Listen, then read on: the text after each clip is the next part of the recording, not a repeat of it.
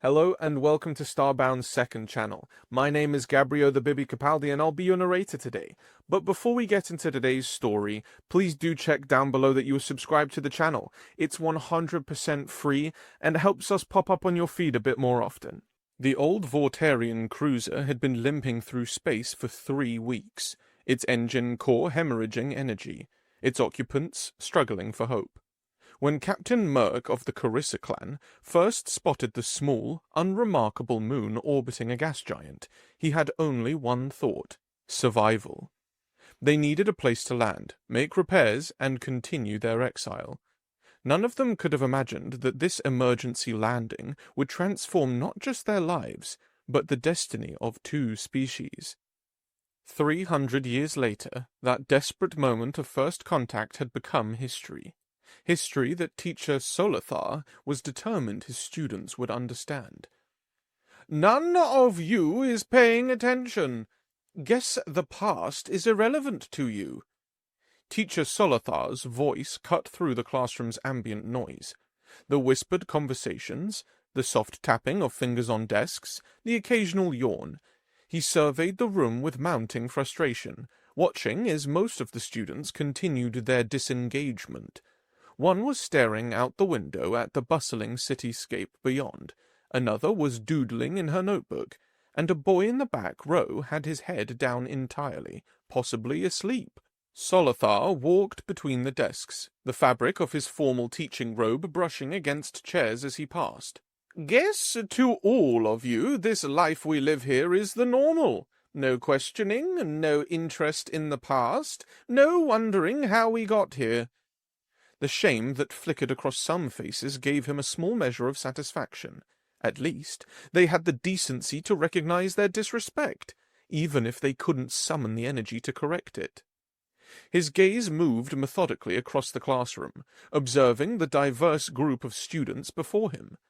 The human students sat mostly in the back rows, a habit that persisted across generations despite integration efforts. Their skin tones varied widely, from deep chocolate brown to pale pink, some with freckles dotting their cheeks. Their hair ranged from tight curls to straight locks, some cropped short and others falling past shoulders. When called out, their shame manifested physically, fidgeting with writing implements, eyes downcast, apologetic half-smiles. The Vortarian students, like Solothar himself, were unmistakable with their blue skin. Each bore unique patterns of white dots across their faces and hands, family markings that told stories of lineage to those who knew how to read them. Their long, pointed ears, currently lowered in discomfort at being reprimanded, could express emotions as clearly as human facial expressions. Emerald eyes, large and luminous against their blue skin, blinked with vertical eyelids rather than horizontal ones. Their 5-fingered hands lacked nails or claws, ending instead in sensitive pads capable of detecting minute temperature variations. All Vortarians, regardless of gender, wore their hair long, a cultural tradition that had survived centuries away from their ancestral home. Some had braided theirs intricately, white beads woven into the deep blue-black strands, while others wore it loose, cascading down their backs like liquid night. Most fascinating to Solothar, though perhaps most troubling to society at large, were the hybrid students. They exhibited a mesmerizing blend of features from both parent species. Some had human skin tones with faint Vortarian dot patterns just barely visible. Others had the blue skin of the Vortarian heritage but human eyes with round pupils rather than the vertical slits of pure Voltarians. Their ears often split the difference, slightly pointed but without the full extension of Vortarian anatomy. Zahara, a Vortarian student in the front row, finally broke the uncomfortable silence that had fallen over the classroom. Her white dot pattern was particularly dense across her forehead, marking her as a descendant of the original Carissa clan. "All the adults care about is telling us how special the Stellaris moon is, how privileged we are, and how important it is to learn our history. But it gets boring the 100 times you hear it, you know." Solothar studied her, Despite being from an older generation that still marveled at what both species had achieved together, he understood her sentiment, even if he didn't agree with it. He represented a generation that had witnessed remarkable cooperation between species, but, to these children, this integrated society was simply normality, nothing to be celebrated or examined. "Well then, Zahara," he challenged, "if you are so tired of hearing our history, perhaps you can explain to the class how this moon we call home became the powerhouse it is today. How did we claim this entire system for ourselves, and gain recognition as an independent force by the Galactic Council?" Zahara's confident expression faltered. Well, there was an old ship needing repair, right?" Her ears lowered nervously. "And the Voltarians found the humans cute and decided to stay here." The class erupted in laughter. Solothar didn't suppress his smile. Zahara's answer was almost entirely wrong, but her discomfort had accomplished what his lecture could not. The class was now paying attention. "The only thing you got right, Zahara, is that the foundation of Stellaris did indeed start with a single ship needing repairs that landed on this moon, but the rest was not a tale of love or a tale of friendship at first contact." He paused, looking around at the now attentive student faces. "It was a tale of struggle against the unforgiveness of space, of how both humans and Voltarians joined forces to turn the barren land of this moon into a thriving world, how friendship and later love survived for generations in a place that the universe itself fought against them." Seth, a human student with white skin and short hair, raised his hand. Unlike many of his classmates, he had his notebook open, pen poised to take notes. "I've heard that story before. But what I don't know is why the Voltarians came to this moon of all places for repairs." Solothar nodded appreciatively. It was a thoughtful question, showing genuine interest, and provided the perfect segue into deeper historical context. "The first Voltarians of the Carissa clan were fleeing," he explained. "Fleeing from space pirates, yes, but more importantly, they were exiled from their homeworld. Their ship was damaged during the pursuit, and they were in a desperate situation that forced an emergency landing." He walked to the whiteboard at the front of the classroom and leaned against it. "Pirates had been hunting the Voltarian ship for weeks. Their ship systems were failing. Life support was compromised. From orbit, this moon seemed uninhabited. The discovery of a human settlement was unexpected. The Voltarians expected hostility, but were prepared to pay or beg for assistance if needed. Instead, they found something unexpected: hospitality from human settlers." The classroom had grown quiet, the students' attention captured by the narrative. Some were even taking notes now, questions forming on their faces. Even Zahara, who had been so dismissive earlier, leaned forward slightly in her seat, her ears perked forward in the Voltarian expression of interest. Seth and Hannah, a hybrid student with light blue skin and human-shaped eyes, began a spirited discussion about the ship's size. Seth was convinced only a few individuals had been on the ship, while Hannah insisted there were at least dozens of Voltarians.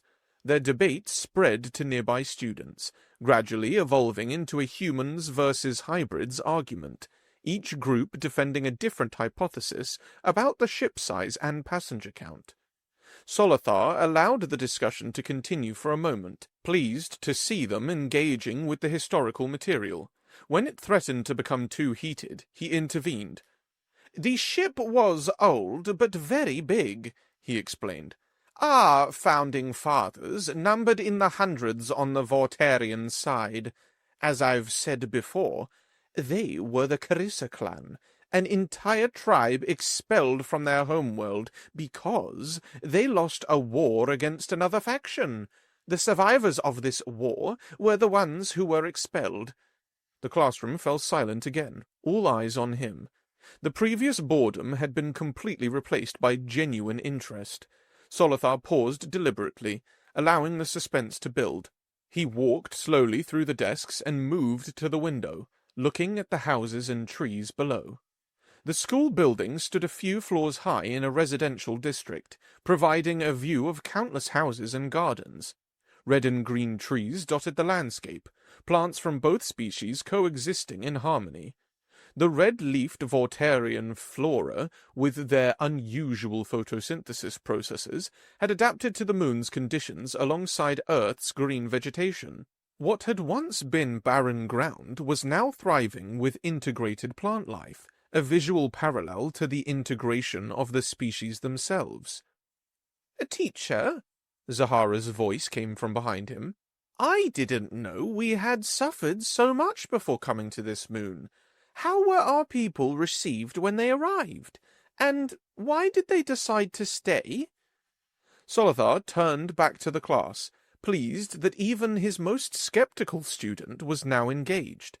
He walked back to the front of the classroom as he spoke. "The humans on this moon then were different from what we are now," he explained. "This moon was barren, and there were 3 distinct human groups present when the Voltarians arrived. Criminals seeking a place beyond legal reach, tech deniers wanting isolation from civilization, and a small group of scientists studying the soil and atmosphere to create a farm world. The total human population was only a couple thousand." "So the scientists welcomed the Voltarians," Zahara interrupted. "They must have helped repair the ship, right?" Solothar laughed. "Actually, the first contact was with the criminals, not the scientists. The criminals had the most resources on the moon. They were using it for illegal plant cultivation and weapons storage. Importantly, they had repair equipment suitable for a large ship." He leaned against his desk. "The criminals offered hospitality because they had no conflict of interest with the aliens who needed help. It was simple human nature to help those in need, especially when the helpers had nothing to lose. There was no practical alliance at first, just compassion despite their criminal status." The students exchanged incredulous looks, and conversation erupted throughout the classroom. Solothar had successfully disrupted their comfortable historical narratives, and they were fully engaged in historical discovery. Hannah suddenly spoke loudly, asking her classmates for silence. She looked visibly disturbed by the revelation, gazing directly at Solothar with concern in her eyes. "Does that mean we're all descendants of criminals?" she asked worriedly. The question clearly touched on her sense of identity and heritage. Solothar didn't laugh this time, recognizing the genuine distress in her question. His heart felt heavy seeing her concern, and he chose his words carefully out of compassion for his students. "No living being in the universe has ancestors who didn't do something bad at some point," he said gently, offering a universal context to ease her identity concerns. "But the criminals were only the first contact, not the entire story. The tech-denying humans group developed a strong interest in the Voltarians. They lacked the manpower to develop the moon, so they actively courted the Voltarians to stay and help cultivate the barren land. This group offered land and the first job opportunities to the Carissa clan." He paused, allowing his words to sink in. "And the Carissa clan had nowhere else to go. They feared returning to space and facing the pirates again. Here, they found respect and help from the humans. This moon offered the first spark of hope after their exile. There were both practical and emotional reasons for their settlement." Silence filled the classroom as the students processed this information. Solothar observed the transformation in the classroom atmosphere with satisfaction. This felt like a completely different class from the one he had faced at the beginning of the lesson. The teaching moment had transcended mere historical facts to touch on questions of identity and meaning, exactly what history was supposed to do. Seth raised his hand again, now fully invested in the story that had unfolded before him. I still don't understand how this initial settlement became what Stellaris is today. How did a barren moon become a system-wide power recognized by the Galactic Council? Solothar appreciated the question. The boy was thinking beyond the initial narrative, seeking to understand the transformation process that had shaped their current reality. A valid question, Solothar acknowledged. The path from settlement to prosperity wasn't easy. The environmental challenges alone would have defeated less determined people. He activated the classroom's environmental simulation, and the wall projection shifted to show the moon as it had been 3 centuries ago. The moon's gravity is approximately 0.86 Earth standard, which made traditional Earth agriculture difficult. The temperature fluctuated dramatically as our moon orbited the gas giant, creating seasons that changed not yearly but monthly. The atmosphere required plants that could process different gas compositions than either Earth or Vortarian vegetation was accustomed to, and water. Water was perhaps our most precious and limited resource. The simulation showed barren, rocky landscapes with minimal surface water. Several students leaned forward in their seats. But the Carissa clan brought something invaluable with them, Solothar continued. Seeds from their homeworld, specifically developed for extreme conditions. He zoomed the simulation to show the distinctive red-leafed flora of Vortarian origin. The plants had broad, flat leaves with intricate vein patterns, designed to capture light from different spectrums than Earth plants typically utilized. These were plants capable of photosynthesis under different light conditions than Earth vegetation.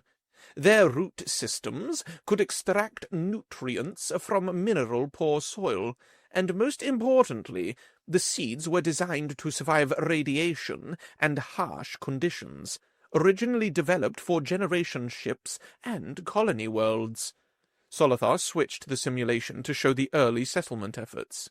The settlers used thermal vents to generate energy. They created greenhouse domes before eventually transferring the plants to the open moon surface. The soil required engineering, a mixture of Earth techniques and Vortarian soil chemistry.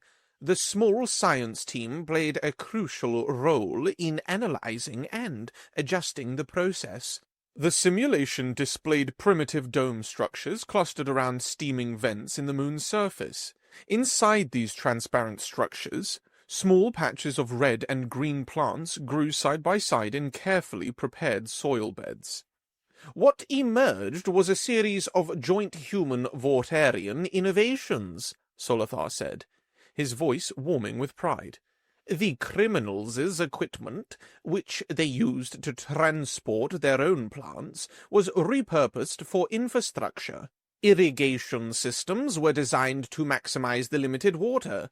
The tech deniers contributed manual labor and traditional farming techniques that required minimal technology, but produced sustainable results. And the scientists measured progress and solved emerging problems.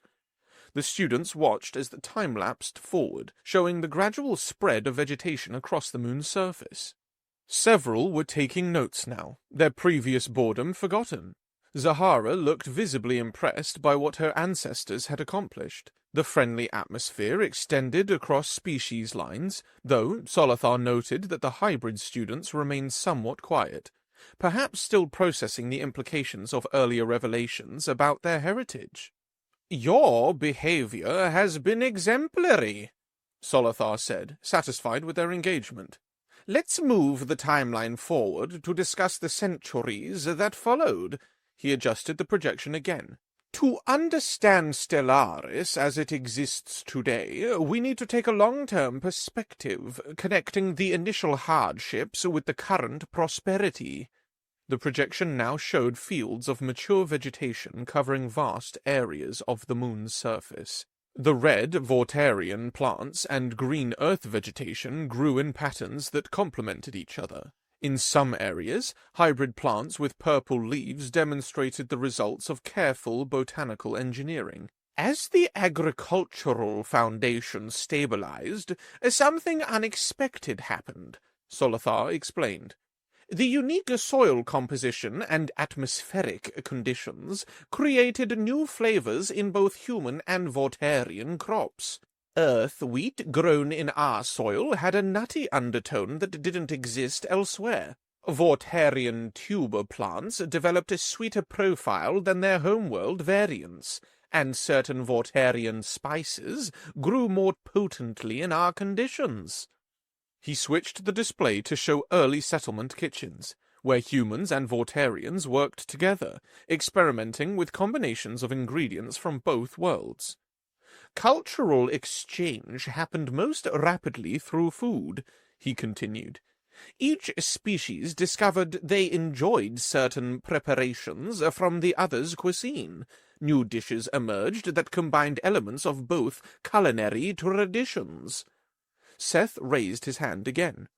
Is that how stellar wine was created? Solothar smiled broadly. Exactly. The discovery that changed our economic destiny, a particular root extract from Vortarian plants, when combined with earth herbs and fermented, created a beverage that appealed to both species' palates. The mineral content of our water created distinct flavor profiles impossible to replicate elsewhere. New brewing techniques were developed specifically for these unique ingredients. Hannah spoke up without raising her hand, her earlier hesitancy forgotten. And that became our first export, right? The thing that put Stellaris on the galactic map. Indeed, Solothar confirmed. The first shipments back to human colonies and established Vortarian settlements created immediate demand. Our unique products commanded premium prices because they couldn't be replicated elsewhere. Trading routes were established, partnerships formed, and most critically, the wealth generated was reinvested in our infrastructure and expansion. The projection now showed the gradual development of the settlement into a proper colony, with permanent structures replacing temporary ones. Roads connected growing communities, small spaceports facilitated the increasing trade. Within 2 generations, our profits exceeded our spending capacity, Solothar explained. We invested in education and research facilities. Crime became less profitable than legitimate business. Both humans and Vortarians found more opportunity here than on their respective homeworlds. The projection zoomed out to show the entire moon transformed from barren rock to a thriving colony. Lights from settlements sparkled across the surface, connecting the transportation networks. Orbital facilities appeared, then expanded, demonstrating the growing space infrastructure. Seth and several other students asked follow-up questions about the economics of early Stellaris. A lively group discussion about the relative value of different exports ensued. Hannah asked specifically about the distribution of wealth between species, clearly concerned about equity in their shared history. The prosperity was shared, Solothar assured her, initially through necessity. Neither species could have succeeded alone on this moon. The entire enterprise depended on cooperation. A quieter hybrid student in the back, who had remained silent throughout the lesson, finally raised his hand. His pattern of white dots was sparse and irregularly spaced, marking him as likely related to a family that had arrived after the original settlement. Was it always peaceful between humans and Vortarians? He asked, his voice soft but carrying clearly in the suddenly quiet classroom. The question created momentary tension as both human and Vortarian students exchanged uneasy glances. Solothar appreciated the students' courage in asking what many probably wondered but hesitated to voice. An excellent question, he said, And the honest answer is no. There was one significant conflict over Stellaris leadership, approximately 200 years after settlement. He adjusted the projection once more, showing a colony now well established and clearly prosperous. With prosperity came questions about governance. Who would lead Stellaris as it grew into a significant power? The two species had different philosophical approaches to leadership.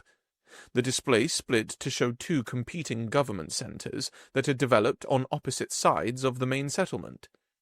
The human faction wanted a democratic election system based on Earth models. The Voltarian leadership preferred their traditional clan-based council structure. Initial negotiations broke down, and for a brief period the colony experienced separation, violence and competition between the factions. Several students shifted uncomfortably in their seats. This was evidently not the history they had expected to hear. But this separation immediately revealed something crucial, Solothar continued. The mutual dependence that had developed over generations, certain agricultural processes required both species working together to succeed. The beverage production that formed the backbone of our economy suffered without cooperation. Export quality declined rapidly, with immediate economic consequences. He zoomed in on meeting halls where representatives from both factions gathered, faces serious but determined. Economic reality forced the resumption of dialogue.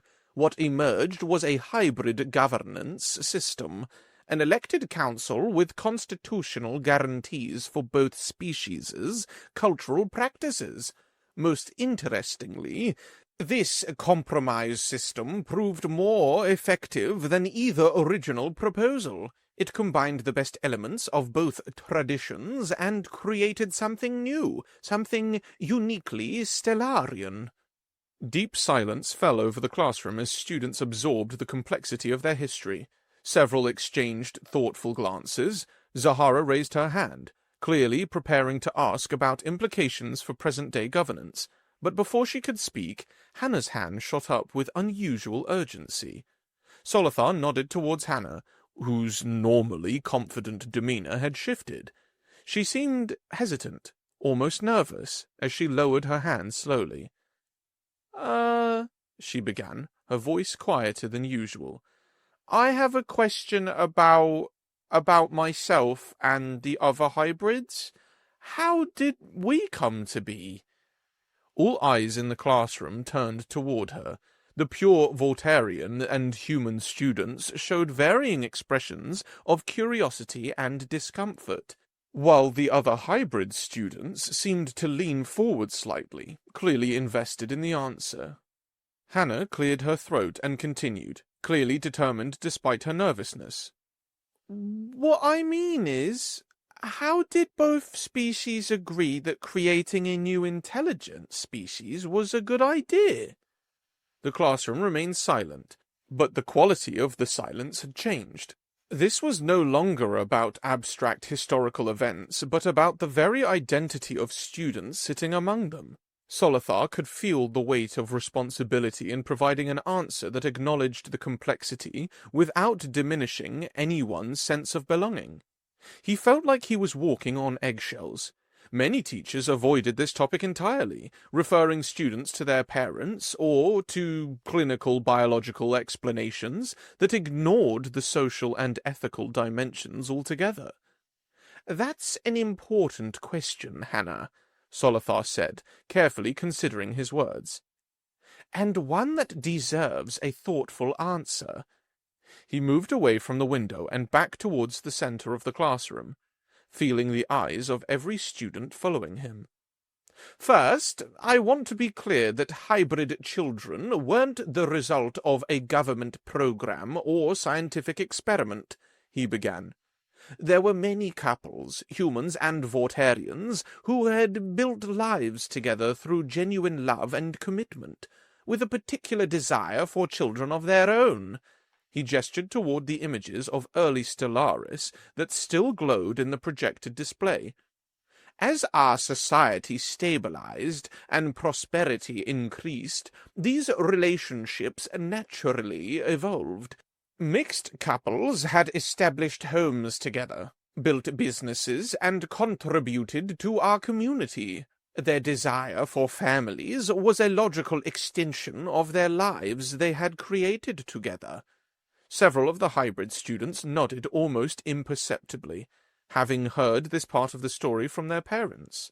These relationships existed long before hybrid children became possible, Solothar continued. The demand from these families eventually led to research that explored the possibility of genetic compatibility, but it's crucial to understand that this was driven by existing relationships and desires, not by scientific curiosity or something careless. This is the story the Galactic Council likes to tell. He noted the subtle relaxation in Hannah's posture, though her eyes remained fixed on him, waiting for more. Several other hybrid students appeared to be holding their breath. Politically, Stellaris had reached a point of significant independence, Solothar said, shifting toward the governance aspects. Our society was powerful enough by that time to make decisions independently, without requiring approval from human or Vortarian homeworlds. He activated the simulation again, showing the Stellaris Council chambers of approximately a century ago. The display showed a council with representatives from both species engaged in what appeared to be intense debate. The decision to support hybrid families wasn't unanimous at first, Solothar admitted. There were concerns from both species about unforeseen consequences. Medical professionals worried about potential health complications for hybrid children. Cultural preservationists from both sides feared dilution of traditions and heritage. Some philosophical and religious leaders questioned the ethics of creating what they considered a new species. He adjusted the projection to show contentious council meetings from that era, with passionate speakers at podiums and divided audiences. The debates lasted for years, he continued.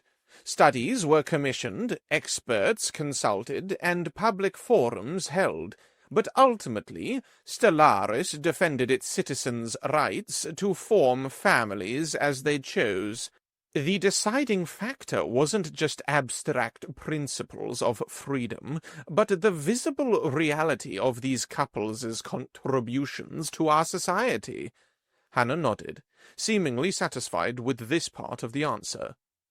But were there objections from Earth or the Vortarian homeworlds?